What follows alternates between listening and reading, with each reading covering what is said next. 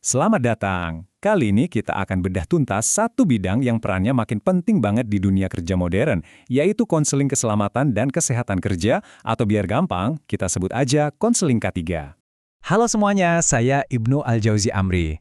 Sehari-hari saya mengajar di program studi K3 dan saya senang banget bisa berbagi sama Anda semua tentang mengapa konseling ini jadi semacam kunci baru gitu untuk menciptakan lingkungan kerja yang nggak cuma aman tapi juga lebih manusiawi.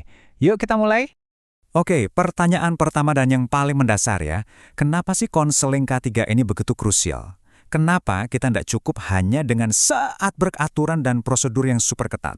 Coba deh, kita pikirin bareng-bareng. Hampir semua perusahaan kan punya aturan ya. Helm wajib dipakai, prosedur harus diikuti.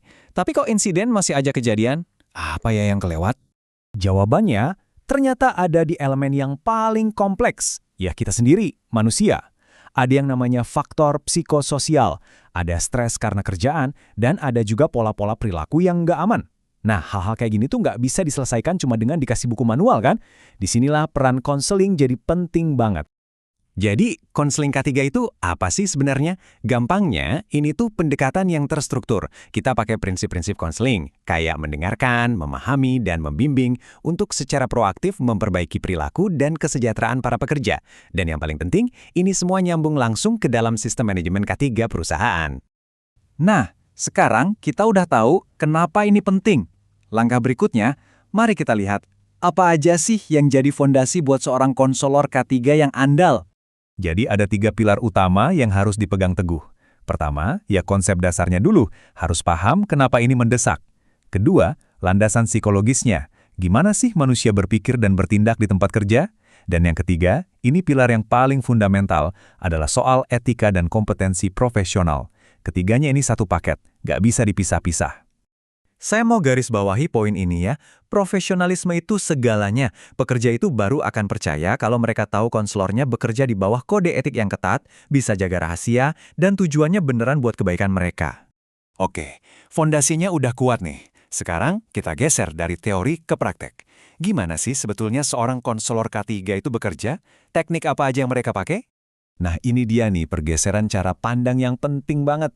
Kalau pendekatan lama itu kan fokusnya ke apa yang harus dilakukan. Pokoknya patuhi aturan, ikuti prosedur, beres. Tapi kalau konseling K3 fokusnya ke kenapa seseorang melakukan itu.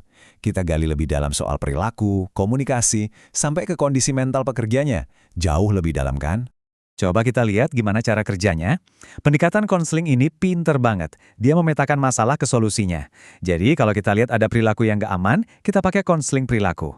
Kalau masalahnya itu stres atau burnout, kita terapkan teknik konseling kesehatan mental. Dan kalau akarnya ternyata miskomunikasi, ya kuncinya adalah membangun komunikasi yang efektif. Jadi bisa dibilang seorang konselor K3 itu bakal banyak berfokus di 3 area intervensi utama ini. Memfasilitasi perubahan perilaku jadi lebih aman, bantu pekerja ngelola stres, dan juga membangun skill komunikasi yang lebih baik di semua level organisasi. Oke, teori dan teknik itu penting. Tapi, gimana wujudnya semua ini kalau di skenario nyata di lapangan? Yuk, kita intip aplikasinya. Coba bayangin, ada dengar kalimat ini dari seorang pekerja yang baru aja ngalamin atau ngeliat langsung sebuah insiden yang traumatis. Ini adalah momen kritis di mana kehadiran seorang konselor K3 itu jadi sangat-sangat vital. Disinilah konseling pasca trauma itu masuk. Tujuannya bukan cuma nyuruh pekerja itu buat balik kerja lagi, bukan. Tapi untuk bantu mereka memproses trauma, membangun lagi kepercayaan dirinya, dan memastikan mereka bisa kembali produktif dengan perasaan yang aman. Dan situasinya itu nggak cuma terbatas pada kecelakaan loh. Konseling K3 juga dibutuhin banget buat nangani konflik antar pekerja, yang kalau dibiarin bisa ganggu fokus, termasuk juga untuk ngasih respon psikologis pertama pas ada keadaan darurat di perusahaan. Sampai di titik ini, kita udah banyak bahas intervensi di level individu. Tapi, tujuan akhirnya itu jauh lebih besar dari itu. Mari kita bicara soal tujuan strategisnya, yaitu membentuk sebuah budaya. Soalnya, membangun program konseling K3 yang efektif itu bukan proyek sekali jadi. Ini adalah sebuah siklus yang jalan terus, mulai dari desain program yang matang, implementasi yang menyeluruh, sampai ke evaluasi buat perbaikan berkelanjutan.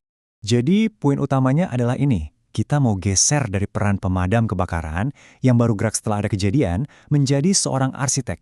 kita secara proaktif merancang dan membangun sebuah budaya di mana keselamatan itu jadi nilai yang dipegang teguh sama semua orang, dari bos paling atas sampai staf di lapangan. Pada akhirnya, semua pilar, semua teknik, dan semua program yang kita bahas tadi, semuanya mengerucut ke satu tujuan tunggal, yaitu menciptakan satu budaya keselamatan yang solid, yang gak gampang goyah, dan bisa terus beradaptasi dengan tantangan-tantangan di masa depan. Dari pembahasan kita, jelas banget kan gimana konseling KT ini mengubah wajah keselamatan kerja. Bukan lagi sekedar patuh pada aturan, tapi jadi sebuah budaya. Jadi pertanyaannya sekarang bukan lagi apakah ini penting, tapi siapa yang akan membangunnya. Nah, pertanyaannya untuk Anda, apakah Anda siap menjadi arsitek keselamatan di tempat kerja masa depan?